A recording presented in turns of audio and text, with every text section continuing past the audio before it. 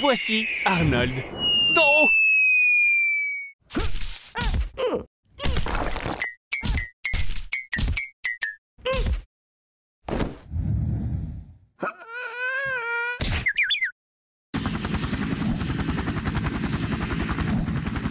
Arnold, ça c'est vraiment toi tout craché.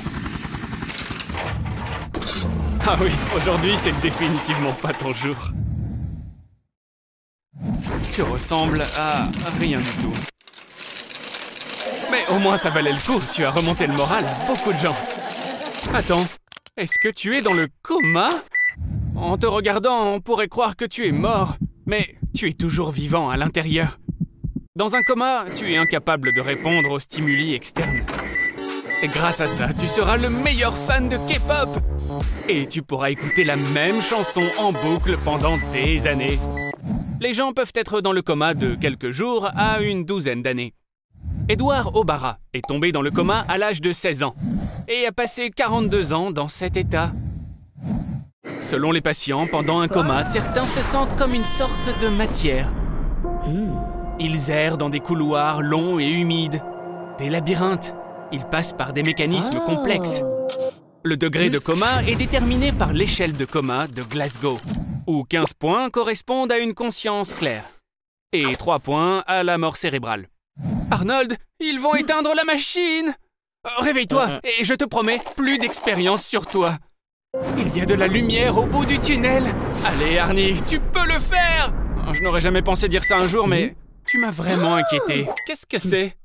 Un contrat? T'as déjà passé un casting pour quelque chose? Prends ton temps, Arnold. Lis ça très attentivement avant de le signer. Tu sais, je me dis que tu pourrais peut-être gagner de l'argent en louant ce grand espace vide qui se situe entre tes oreilles. Qu'est-ce que t'en penses, Arnold?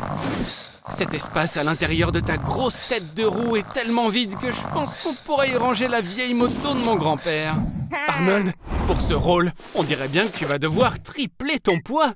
Les acteurs, pour se mettre le plus possible dans leur rôle, doivent souvent prendre ou perdre du poids en un temps très court. Christian Bale, par exemple, de 2008 à 2013, il a dû perdre du poids 9 fois. Et il a aussi dû prendre jusqu'à 30 kilos. Est-ce que t'imagines ce que ça représente? Pour progresser plus rapidement et prendre du poids, il faut utiliser une assiette plus grande. De cette façon, les grosses portions paraîtront plus petites. Il faut ajouter beaucoup d'encas, Arnold, comme des fruits secs, des noix ou des sandwichs au beurre de cacahuète. Et bien sûr, n'oublions pas les desserts. Arnold, on dirait que prendre du poids est ton talent caché, d'Ivoire. T'es vraiment doué pour ça. Alors, bientôt tu seras prêt à jouer le rôle principal. Tu vas devenir une vraie star. Ah, alors c'était pour ça qu'ils avaient besoin d'un acteur avec un poids aussi énorme. Dommage, Arnie. On dirait bien que tous tes efforts ont été vains. Et ton salaire n'est même pas suffisant pour te ramener chez toi. Alors, t'as décidé de rentrer à pied? C'est ça, Arnold? Eh, Arnold, est-ce que ça va? À cause de tout ce poids supplémentaire, tes os sont soumis à un stress énorme. On doit calculer ton indice de masse corporelle. Avec 152 cm et 93 kg, ton IMC est supérieur à 40. C'est une obésité de classe 3, mon pote. Sérieux, t'as vraiment besoin d'aide? Tiens, appelle ce numéro. Mes amis vont s'occuper de toi et t'emmener dans un endroit spécial, disons. Ici, en quelques minutes seulement, tout l'excès de graisse va être pompé hors de toi. Oh, tu es superbe. Oh non. Bon, au moins ta peau flasque va t'aider à te rappeler de ne pas faire de choix stupides à l'avenir. Et pour ce qui est de toute ta graisse pompée, sur le marché noir, certaines entreprises de cosmétiques sont prêtes à payer jusqu'à 15 000 $ pour un seul kilo de ce truc visqueux. Alors Arnold, rentre chez toi.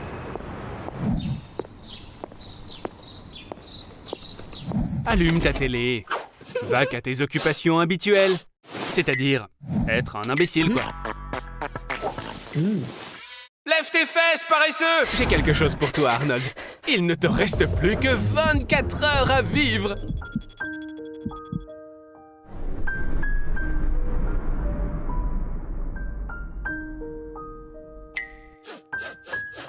Je pense que tu devrais chercher sur Google ce qu'il faut faire dans une telle situation. Oh! Bon, d'abord efface l'historique de ton navigateur. Et voici le top 3 des réponses à cette question brûlante. Comment passerais-tu le dernier jour de ta vie? avec des proches. Je pense que pour toi, Arnold, ce n'est probablement pas la bonne réponse. La deuxième option est de te gaver de malbouffe.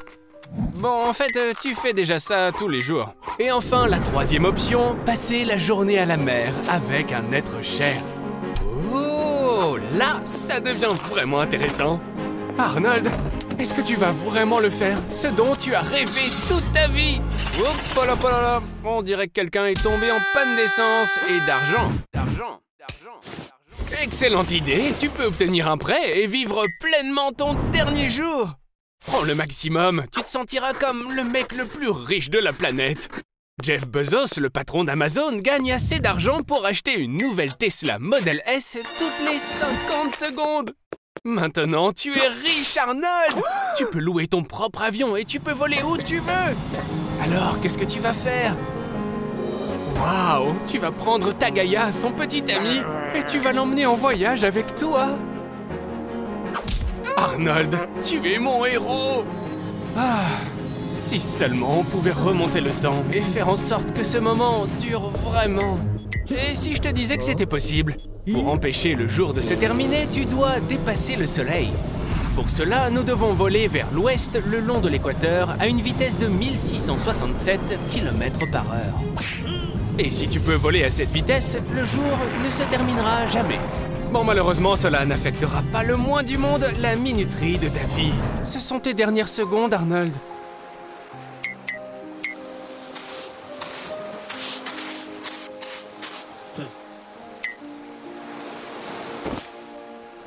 Allez, vas-y, fais-le!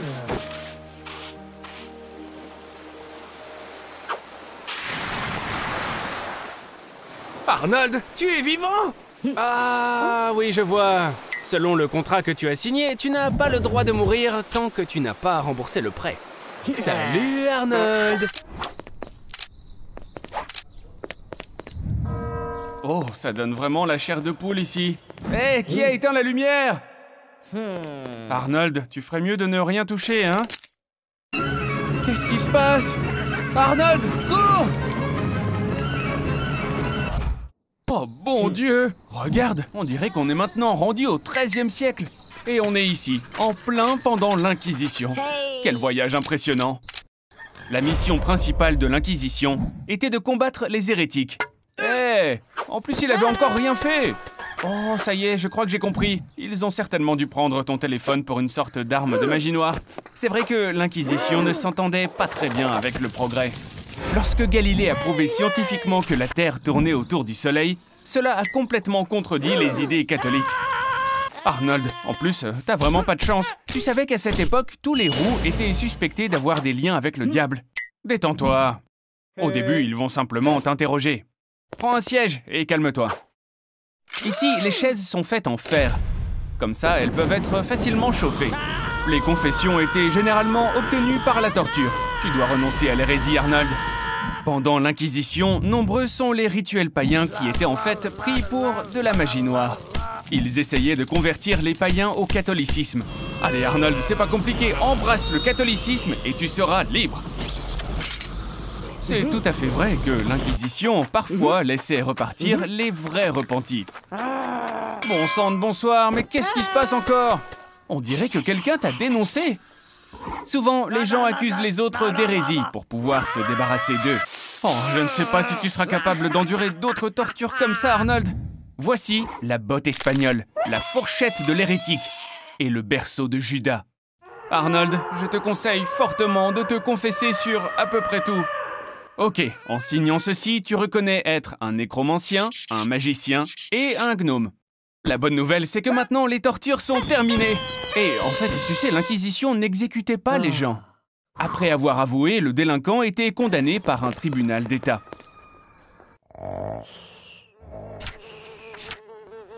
Calme-toi, Arnie, personne ne va venir te brûler. Selon la loi, ils te couperont juste la tête.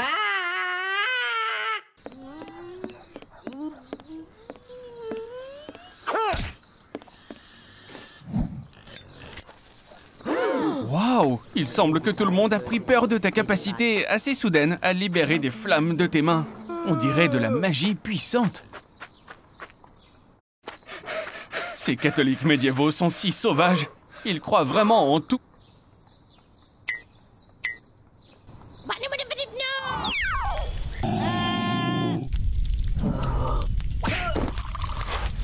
Oh non, Arnold! Arnold, ne me dis pas que tu vas aller boire dans ce lac. Mais ne t'inquiète pas, Arnold, si une sangsue entre dans ton système digestif, elle n'aura pas le temps de te faire du mal. Elle se dissoudra rapidement dans ton estomac. Sauf que là, tu as un peu plus qu'une sangsue en toi, mon pote. Tu es maintenant le personnage principal de l'émission de télé-réalité Logement abordable pour les sangsues. Il existe plus de 500 types de sangsues dans le monde. Mais seulement 3 d'entre elles sont considérées comme intéressantes par les humains. Il ne faudrait que 10 minutes à 335 sangsues pour sucer tout le sang qui se trouve dans ton corps. Et toi, mon petit Arnold, tu en as 1000. Chaque seconde compte. Maintenant, pour te débarrasser des sangsues, tu dois boire de l'eau salée. Désolé, Arnie, je n'avais pas d'autre bouteille sous la main, là. Boire l'eau de ce lac était vraiment une mauvaise idée, Arnold. J'irais jusqu'à parier que même une sangsue est plus intelligente que toi. Leurs neurones ont déjà été utilisés pour un ordinateur biologique appelé le Lichulator. Il est capable de faire des additions de nombres entiers. Et pas toi. Mais ne te réjouis pas aussi vite, Arnold. Il semble que tu aies aussi attiré l'attention d'une autre espèce de petite bête. Et je dirais que celle-ci est vraiment dangereuse. Je sais que c'est difficile à croire, mais tu ferais mieux de ne pas trop bouger là, mon pote. Arnold, laisse les abeilles te piquer. Le venin des abeilles est plutôt cool. Est-ce que tu savais qu'il contenait de nombreuses substances bénéfiques qui peuvent vaincre des maladies, même mortelles? Mais dans ton cas, on peut s'accorder à dire que tu as plus de chances de mourir d'un coup de chaleur plutôt que de 1000 piqûres d'abeilles. Parce que les abeilles qui recouvrent ton corps vont le réchauffer jusqu'à 47 degrés Celsius. Oh, Arnold, t'as été plutôt bon là. C'est vrai, les ondes électromagnétiques d'un téléphone portable sont capables de désactiver une abeille. Une abeille, c'est un peu comme un système de navigation avec tout un tas de capteurs. On pourrait comparer ça à un tout petit avion. Donc, apparemment, en phase de vol, tout comme pour les gros avions, les téléphones portables doivent être éteints. En fait, si tu faisais une expérience et si tu mettais un téléphone portable fonctionnant à une fréquence de 900 MHz dans une ruche, alors toutes les abeilles vont évacuer dans les 10 minutes et elles ne reviendront jamais. Et le gagnant de la bataille entre les abeilles et les sangsues est... personne. C'était un piège.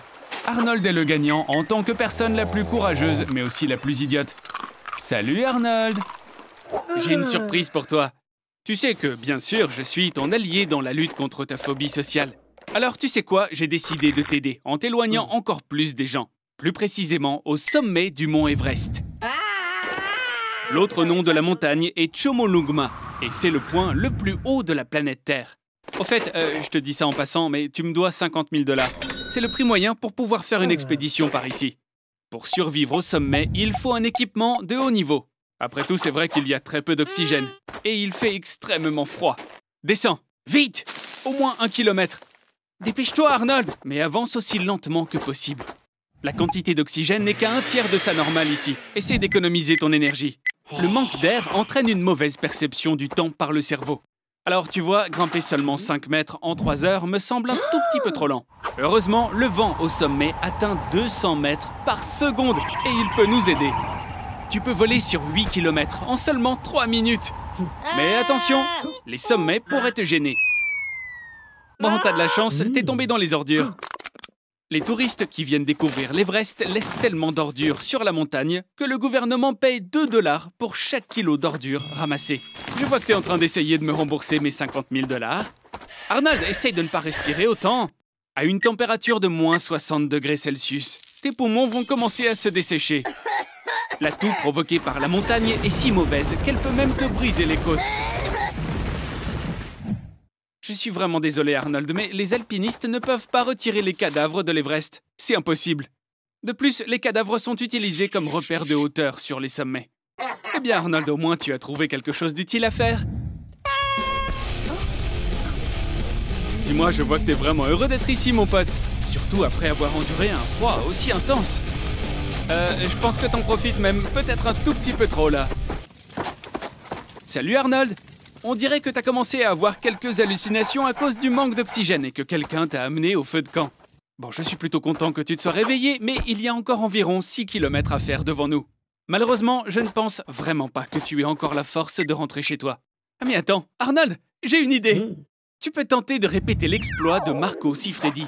C'était en 2001. Ce mec a réussi à descendre le Mont Everest sur un snowboard. Je crois en toi, Arnold.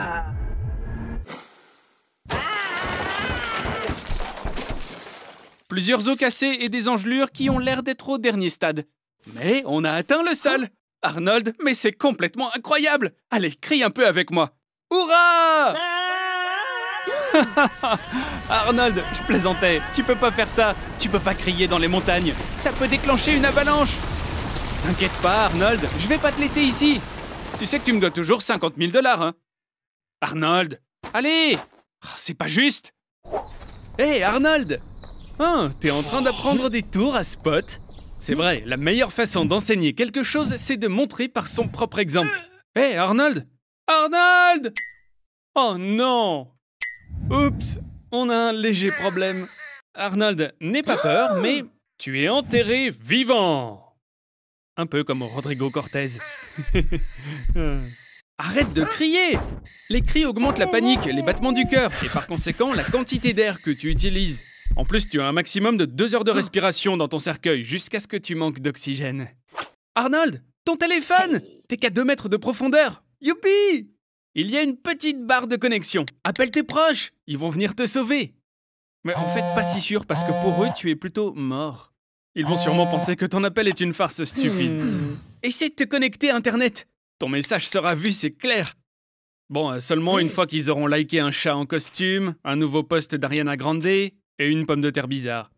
Ça y est, je sais, les messages géolocalisés ont 79% d'engagement en plus. Ça dit aussi qu'un post qui annonce que du pétrole a été trouvé attirera l'attention de Donald Trump à 100%. Dans les situations critiques, l'instinct animal d'une personne se réveille. Bon, je m'attendais à ce qu'il se réveille aussi en toi. Arnold, en cas de manque d'oxygène, les gens ont souvent des hallucinations. On peut peut-être chercher sur Google ce qu'il faut faire? Ne plantez pas un clou dans votre vie comme si c'était le couvercle d'un cercueil. Sortez de votre zone de confort. Ok, peut-être pas alors.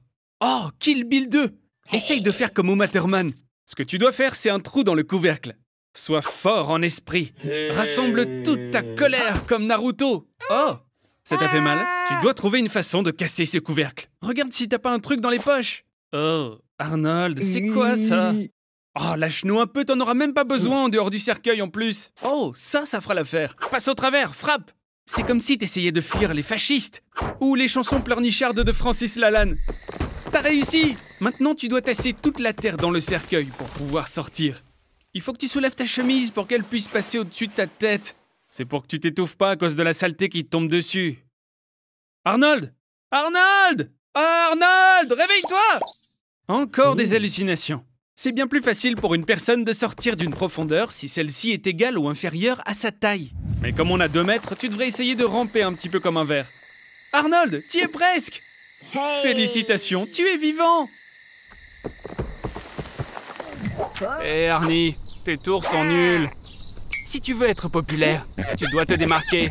Qu'est-ce que tu dirais d'un peu de vraie magie? Par exemple, le magicien Harry Houdini s'est tiré d'affaire après avoir été enterré vivant avec les mains liées. Je crois que tu vois où je veux en venir, Arnie. Aujourd'hui, on va t'enterrer vivant pour la 3e fois. Et comme les gens t'ont déjà vu exécuter ce tour un bon nombre de fois, tu vas le faire d'une manière spéciale cette fois-ci. On va te menotter. Et le cercueil sera en métal. Ok, Arnie, mon pote, tu es prêt? Allez, entre. Lors des enterrements précédents, tu as déjà appris la règle la plus importante. Tu dois respirer calmement et profondément afin de conserver ton oxygène. Ok, bon, allez, maintenant arrête d'être calme comme ça. Il faut retirer ces menottes. C'est une chose plutôt simple. Il suffit de casser un doigt de chaque main pour pouvoir les glisser à l'intérieur des menottes. Oh, allez, arrête de te plaindre, Arnie. Il te reste encore 2 doigts, ça va, non? Utilise ta ceinture ou ta montre pour essayer d'ouvrir le couvercle. Un cercueil en métal a des points faibles tout le long des bords. Non, Arnie, en fait, je plaisante. Tu peux pas casser le métal, espèce d'imbécile. Il y a 2 mètres de terre au-dessus de toi qui font pression avec une masse de presque 2 tonnes et demie. Donc, ce 3e enterrement sera probablement ton dernier. Arnie? Arnie? Arnie, tu es où? Un sacré petit coquin, va. Eh oui, tu es vraiment Harry Houdini. De la même façon, Harry Houdini a grimpé par un compartiment secret dans la paroi du cercueil et est entré dans un tunnel. Et puis, par une trappe dans la tombe, il s'est laissé tomber sur le cercueil depuis le haut. Et s'est recouvert d'une couche de terre de 50 cm. Mais où est la trappe, Harry? Surprise! Et tu pensais quand même pas que je te laisserais sortir si facilement, hein? Allez, remonte à la nage, Arnold, avant que le béton ne prenne. Oh, ah ouais, j'avais oublié de te dire. La solution de béton, en interagissant avec l'eau, va former des molécules alcalines. Et comme il y a beaucoup d'humidité dans ta peau, alors, eh bien, comment dire, ça va faire mal. Félicitations, Arnold. Tu as réussi. Tu as encore une fois attiré toute l'attention sur toi. Profite de ta gloire. Il semble qu'il soit sur le point d'être volé par un clochard. Ou plutôt, il pourrait être volé, si ce paresseux avait au moins un peu d'argent. Dieu merci, j'avais un petit peu peur qu'il vole mon appareil photo. Voyons ce qui ne va pas chez lui. S'il s'était brossé les dents ne serait-ce qu'une seule fois, il aurait certainement remarqué qu'il a un ulcère qui n'a pas guéri depuis plusieurs semaines. C'est un signal vraiment très alarmant. Et on sait ce que ça veut dire, cancer. Même le corps le plus fragile crée des millions de cellules chaque jour. Mais il arrive qu'un bug se produise. Un mutant naît, une cellule différente des autres. Mais il essaye de cacher ce fait autant qu'il le peut. Si vous avez un corps sain, votre système immunitaire détectera facilement cette cellule rebelle. Par contre, si votre corps s'efforce constamment de se soigner, il n'aura plus d'énergie pour combattre le cancer. Est-ce que t'en voudrais pas un pour toi, Arnold? Facile. Si tes parents ont déjà eu un cancer, il y a 10% de chances que tu l'attrapes aussi. Non, une mutation peut également être causée par des radiations. Par exemple, visiter la centrale nucléaire de Tchernobyl sans aucune protection. Ou alors vivre pendant 1000 jours sur la Station spatiale internationale. Tu pourrais aussi fumer 6 cigarettes par jour ou manger 2 kilos de viande fumée pendant 10 ans. Tu n'aurais même pas le temps de cligner des yeux car cette cellule se transformera en une énorme tumeur cancéreuse. Regarde, la nourriture qui se trouve à l'intérieur ne peut même pas atteindre l'estomac. Les cellules mutées se fraient un chemin dans le sang puis se propagent dans tout l'organisme. Dans le foie, les poumons et le cerveau. Il est temps d'appliquer le poison. La chimiothérapie ne guérit pas le cancer, elle le tue. Mais les cellules saines doivent aussi mourir en même temps que le cancer. Arnold, sors de là! Il ne nous reste plus qu'à attendre. Ou alors on pourrait juste... Courir! Cours, Arnold! Mets ton cul ici et choisis ce que tu mangeras en premier. Allez Arnold, Amstram, Gram. Un bébé cobra peut tuer un éléphant de 3 tonnes. Il n'y a presque pas d'air dans son estomac, mais lorsqu'il plonge, les serpents peuvent retenir leur souffle pendant 10 heures. Leur suc gastrique le digère en 1h30 à 2h, comme s'il s'agissait d'un poulet. Tout ce qui restera devra passer par l'anus. Oh, regarde, c'est du venin. Si ça ne touche pas votre sang, ça ne peut pas vous nuire. Que se passe-t-il? Bien que dès qu'il rentre dans un ulcère ou une coupure, les effets du venin sont instantanés. Paralysie, convulsions et après 15 minutes, vous êtes inerte. Mais seulement si vous n'utilisez pas d'antidote. Ok, qui a laissé cette grenouille? 1 gramme de venin de Philobates terribilis peut tuer une ville entière. Si un petit animal marche sur les traces de cette grenouille, la toxine le tuera instantanément. Même si vous avez une petite goutte de poison sur votre peau, boum, vous êtes mort. La grenouille s'évanouira 30 secondes après être entrée dans l'estomac et 10 minutes de mort douloureuse vous attendent. Et il n'existe pas d'antidote pour le poison. Vous pouvez donc cesser de chercher. Et si le poison d'un scorpion est ajouté au poison des Philobates, sa force sera multipliée par 12. Une dernière volonté? Voulez-vous que les téléspectateurs s'abonnent et laissent un contenu similaire? Je vois. Elon Musk a lancé une nouvelle fusée dans l'espace. Et l'espace a lancé une météorite en retour sur Elon Musk. Arnold, on se calme. Tu ne sais même pas ce que c'est qu'une météorite. Un météore, c'est un corps céleste très large, d'origine cosmique. Leur masse peut varier de quelques grammes à quelques milliers de tonnes. Et ne t'en fais pas, il n'existe qu'un seul cas où une météorite a frappé une personne dans l'histoire. C'était en 1954. Et même, il a juste été touché à la jambe. Tiens, on dirait que quelqu'un s'est porté volontaire pour sauver la planète. Et on dirait aussi qu'il déborde d'enthousiasme. Ça ne m'étonnerait pas que cet épisode devienne le plus court de tous les temps. Et qu'il ait une fin heureuse. Ah non. Bon, c'est pas grave. Comme d'habitude, comme d'hab. On dirait que notre planète est sur le point d'être détruite. Ou peut-être qu'il y aurait un autre sauveur. Est-ce que ça pourrait être Arnold? Excellent. On va choisir une tenue pour toi. Alors, celle-ci, non. Ça, certainement pas. Oh non, surtout pas ça. Voilà, celle-là. C'est celle-là qu'il te faut. En fait, on pourrait se contenter de ce projet de SpaceX appelé DART. En 2022, il est prévu de lancer un vaisseau spatial qui pèse 500 kg pour qu'il percute un astéroïde nommé Didymos, et ce à une vitesse de 6 km par seconde. Le pilote automatique n'a pas encore été installé, donc tu vas devoir piloter manuellement, et ainsi devenir un vrai héros. Oh, waouh! Arnold, t'as réussi à survivre. Bon, à peu près comme toutes les autres formes de vie les plus minables, comme les microbes. Mais à présent, on a un petit problème avec l'eau. Après qu'une météorite de 100 km de diamètre ait frappé la Terre, l'onde de choc a détruit presque toute vie, sur un rayon de 100 000 km² autour. Il y a eu une énorme libération de soufre, et la poussière et les cendres de toute cette destruction se sont élevées dans la haute atmosphère, et ont bloqué l'accès aux rayons du soleil. Tu dois avoir faim. C'est bien que tu aies gardé ta nourriture spatiale dans la fusée. Y avait pas de nourriture? Oh, ça c'est terrible. Parce qu'il n'y a plus de nourriture sur Terre non plus. En tout cas, c'est bien que tu portes une combinaison spatiale ici, car il fait moins 50 degrés dehors. Et il ne faudrait pas marcher ici très longtemps. Attention! J'avais oublié de te prévenir, mais les cafards aussi ont survécu. Et on dirait aussi qu'ils ont muté, juste un tout petit peu. Tu ferais mieux de courir. Vers l'infini et au-delà! Arnold! Oh, mais comment diable tu as pu te retrouver dans une telle situation? Est-ce que tu savais, Arnold, qu'il y avait 15 000 têtes nucléaires dans le monde avec une capacité combinée d'environ 7 500 mégatonnes? Tu devrais aussi savoir qu'il y a 5 minutes, j'ai envoyé l'une d'entre elles dans ta direction. Ça sert à rien de fuir, Arnold, et les ondes électromagnétiques ont tué toute l'électronique, et les voitures modernes en sont complètement bourrées aujourd'hui. Ensuite, tu vas être frappé par l'onde de choc. Même si ce vieux tas de rouille était fait de graphène solide, qui, au niveau atomique, est encore plus fort que le diamant, et que tu avais survécu miraculeusement à toute cette destruction, tu vas quand même vivre un sacré enfer. Lève tes petites fesses, Arnold. On doit vérifier à quelle distance tu te trouves de l'épicentre de l'explosion. Rappelle-toi que si tu vois un champignon atomique, tends ta main dans cette direction et lève ton pouce. Et si le nuage est plus grand que ton pouce, alors tu es dans la zone radioactive. Eh bien, quel chanceux! T'aurais pas de la crème solaire par hasard?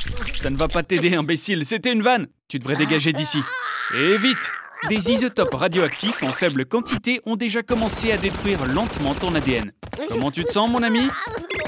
Oui, c'est vrai, c'est un bon moment pour prendre une douche. Éviter le contact avec des objets contaminés et utiliser des procédures spéciales pour l'eau peut augmenter tes chances de survie. T'as utilisé un filtre à eau, Arnold? Même les radiations les plus faibles entraîneront progressivement des tumeurs malignes. Eh bien, félicitations, tu as survécu à une attaque nucléaire et maintenant tu n'as plus besoin de costume pour Halloween. Mais ça n'est pas la fin. Si quelqu'un dans le monde lance un missile avec une tête nucléaire, l'effet domino va suivre. Puis viendra la véritable apocalypse, Arnold. L'ère de l'humanité va probablement se terminer. Tu vas mourir, mon ami. Aujourd'hui, tu vas pêcher sur les rives de l'île Sentinelle. Mais n'ose pas mettre les pieds sur terre. Arnold! Félicitations, t'es maintenant entre les mains de la tribu la plus sauvage et la plus hostile du monde. Et ils n'aiment pas beaucoup les invités. J'ai peur qu'ils ne te mangent. De ta peau, il peut faire 8 tambours. De tes veines, 5 arcs. Et de ton crâne, une grande tasse vide. Et ton cuir chevelu va décorer le corps du chef. Arnold, où vas-tu? Wow, je ne pensais pas que les extraterrestres existaient vraiment. Ces gars vont faire quelque chose de vraiment utile avec ton corps. Ton corps est composé de 70% d'eau, 24% de matière organique et 6% de substances inorganiques. Dans un concombre, il y a aussi beaucoup d'eau, environ 95 à 90%. Donc, techniquement, vous êtes des concombres très émotifs. À partir de 6% restant d'éléments inorganiques, de nombreuses choses utiles peuvent être créées. Dans votre corps, il y a suffisamment de fer pour faire un ongle de 6 cm de long. Votre corps contient également suffisamment de cuivre pour fabriquer une paire d'écouteurs, et tout cela pendant que vous restez en vie. Vous pouvez même retirer la plupart de vos organes internes et continuer à vivre. Le corps humain semble fragile, mais vous pouvez vivre même sans votre estomac, votre rate, 75% de votre foie, 80% de vos intestins, un rein, un poumon et presque tous les organes situés dans votre bassin et votre cavité inguinale. Bien sûr, vous ne ressemblerez guère à un concombre, mais cela ne vous tuera pas et vous aurez ces écouteurs gratuits. De qualité quelque peu douteuse. Mais ce sont toutes des choses inutiles. En fait, la composition de votre corps comprend du carbone, de l'hydrogène, du sodium et de l'oxygène. Et ces éléments chimiques font également partie de la dynamite. La puissance explosive cachée du corps humain est égale à 175 grammes de TNT. En fait, la force de l'explosion sera directement proportionnelle à la quantité de nourriture salée que vous avez aimée au cours de votre vie.